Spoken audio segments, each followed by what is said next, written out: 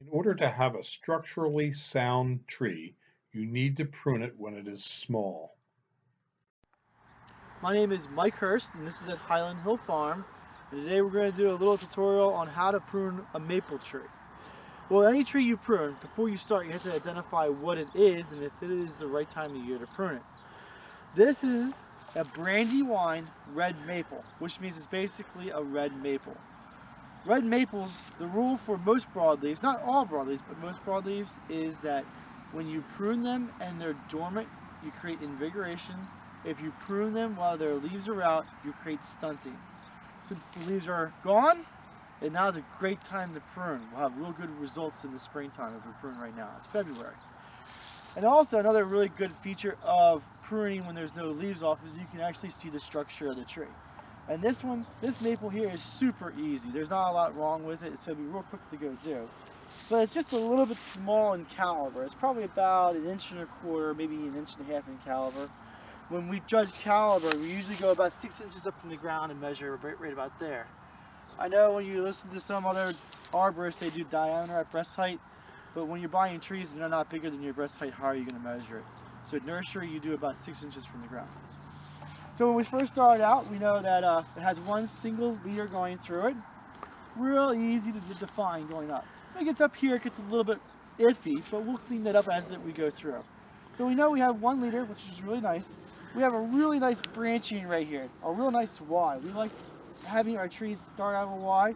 If we can't, then it's okay to do one side with one branch, but we try to make it as nice and round and symmetrical as possible. So we're not going to limb up any of them. So this is a really easy tree. There's no limbing up and there's no defining on the leader. We're going to pull out our trusty bypass pruners, make sure our blade side is towards the side we're keeping, and we're going to start doing a little bit of trimming. One thing to note, this right here is not very good. There's too many branches at one spot. We need to clean that up. In order to clean that up, we're going to go through and we're going to prune, cutting the branches off to try to make, I think we're going to do it this way this time. Make one branch going out and then we'll cut it off there. So that's just how we do it. But it has one branch, one going out, and it's not a whole bunch of branching at one spot. Here's another one. We have a whole bunch of branching in one spot. What are we going to do? Well, we're going to cut this one there. Now, it's going to be a couple years for that to heal over, but it's going to be nice and straight. I really like that. So we're going to prune that, and then we're going to prune that, and we're going to prune that. We have one line going on and off. Now, what we have to do is we just have to go all the way around the tree and do that. You can see I've done it years in the past, so I've cut it. This has been a couple years in our field. But anyway, we're just going to go around, just continues to do that. You don't have to hit this small stuff, but before we sell it, we do clean that up so it does look nicer. But if you take everything off, there's no foliage for next spring, so that's not really what we want. So we're going to go through here. I'm going to leave a Y on this one because I like this Y. And we have a nice Y here, so next year it's going to fill on this side, that's going to fill there, that's going to fill there. So we have a fairly nicely branched, symmetrical tree. We're going to go right to here's the next section. Now imagine in 20 years from now, if you don't prune this, what this tree going to look like. Each one of these branches is going to get bigger and bigger and bigger. So what happens is there's too many branches in the main trunk at this one area. So we need to clean that up in order to make it nice. The easiest thing to do is to cut this one right here. The reason I cut that one right there is because this is symmetrical here, and that's symmetrical there. So that's the one that's odd one out. We remove that. The trunk has the ability to go and twist around, and there won't be any of the girdling due to branching later on in life. So now what we do is we just continue our pruning and tipping back of the tree. Now this is going to be a little bit heavy of a hit, but it is what it is. You see again, there's too many branching in one spot, and oh man, we even have a cross branching. Not to worry, we can fix all that up. Really easy to go do. Okay, so now this is where we get to it. We have to imagine we're making one trunk, and if you have any of the little bit weird twists to it, don't worry about what it actually looks like. Always try to grab the branch that's closest to the center, or the highest.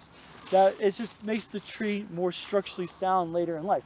So let's go around and clip a couple of these guys. And now we have to be real careful. We're going to bring this over and tip these guys.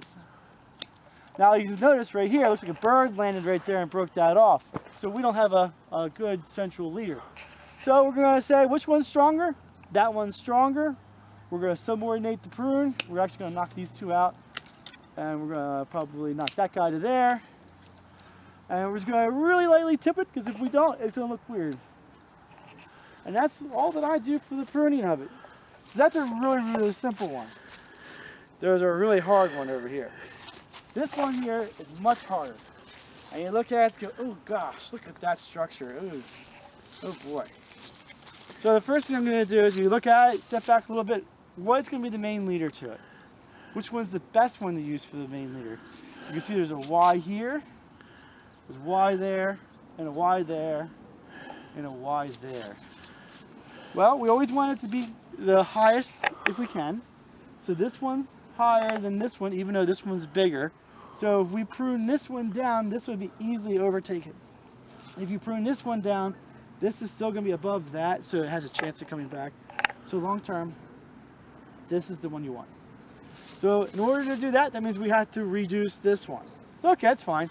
That's actually quite easy now. All we do is just follow up. That's main. That's the strong one. That's the strong one. This is going to be the lead. That's going to be the lead right there. Even though that one's bigger, that's going to be the lead. Oh, we'll see the branching is about right height. There's going to be a nice Y right here, but it's also wide on the other side. So we're not going to have a real nice structure like that one over there. But we are going to remove this one and this one. So at least the main branching is about the same spot. There's too much branching going on. So we need to clean it up so that years later, when the tree gets nice and big, the branches aren't growing into one another. We don't want that. So we want to make it nice and clean so there's space between the branching. Let's knock this back a little bit. Not too much. This one's going to be hit much harder. Okay. I know it's not perfect, but it's hit harder, so they're more evenly in line, more symmetrical is what we want. We want a nice looking tree. Whoever is going to buy it, we want to get a nice product as out as possible we can. So we're working our way up. It's not perfect, but it's still a decent tree. I would be quite happy if I got that tree. Now we're going to work up on this limb. We're going to do one limb at a time, going around and making them into a nice looking tree. This one's almost at the size you would like to sell it. Okay, so we need to do some major pruning on this one now. So this is where it's going to get a little bit rough on the amount that we're going to take off, but we need to take it off in order to make the tree into what we want it to be. And that is a big cut to take off, but we do need to reduce it. And we're going to take that off, and we're going to take that off, with the intent of probably making that into the branch. Ooh, that didn't work out well. So we still have a branch coming up. It is reduced. I don't want that growing too fast. That's the one we want to keep, so we have to do the same one for this one here. Oh, there's a lot of branching here. But that's sometimes what happens with maples. Maples are known for putting a lot of branching out.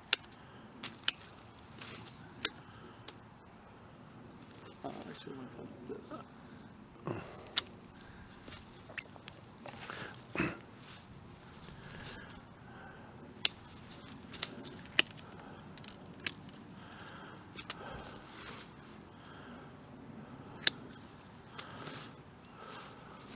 So there's too many branching at that one spot. We need to remove 2 of them probably. Later on in life it doesn't mess it up too much. And then this one here, we're just going to lightly tip. We're probably going to leave that one go because we want it to be growing faster than the rest. We probably won't have to stake it at this particular point of its age in life. It'll probably grow out pretty much straight. That's probably the right way to go after it. That's how I would do it. And then next year you should be able to sell it. If you do notice, you see this coming out, all maples, it's called weeping. They all weep when you prune them. Even this one over here. Don't worry too much about it. It's just part of the nature of it. But that's how I would go after pruning the tree.